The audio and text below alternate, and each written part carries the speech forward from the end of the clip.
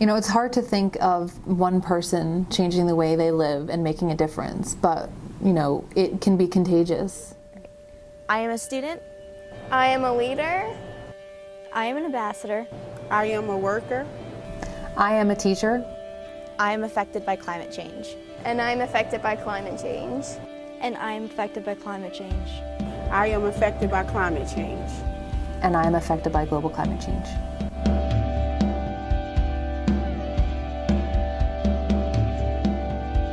My name is Katie Brianti. I am a junior and I am a digital communication and social media major with a social justice minor, and I'm from Central Jersey. I feel like I've always been sort of aware of climate change, even like from when I was like in elementary school and middle school. You know, even back when it was still just like global warming. But I think I was really introduced to it as like a major issue when I was a freshman. In my second semester when I joined the Catholic Relief Services Ambassadors here on campus.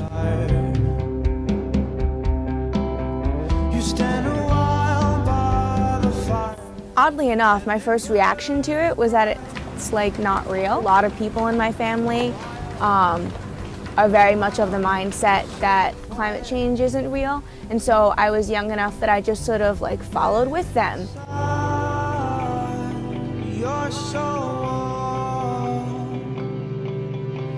My name is Dr. Emily Basil.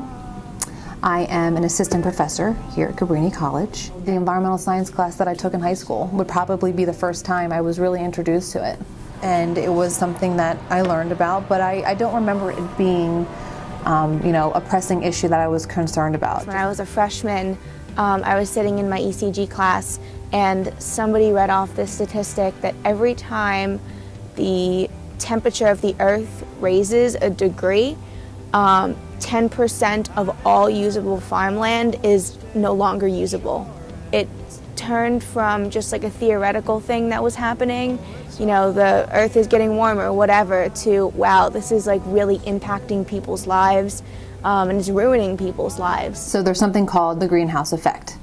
So there are specific greenhouse gases. So you've probably heard that word before, right? Carbon dioxide is a greenhouse gas.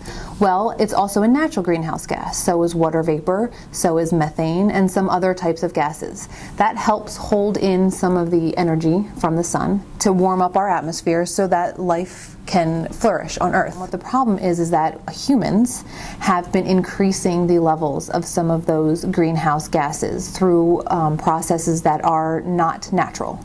For example, burning fossil fuels. So the more gases we enter into the atmosphere, the more heat gets trapped. And so that can in turn increase the temperature of the atmosphere to levels that would be more than if by just natural processes. We are providing the atmosphere with more greenhouse gases than would normally be around, and that's trapping more heat than would normally do.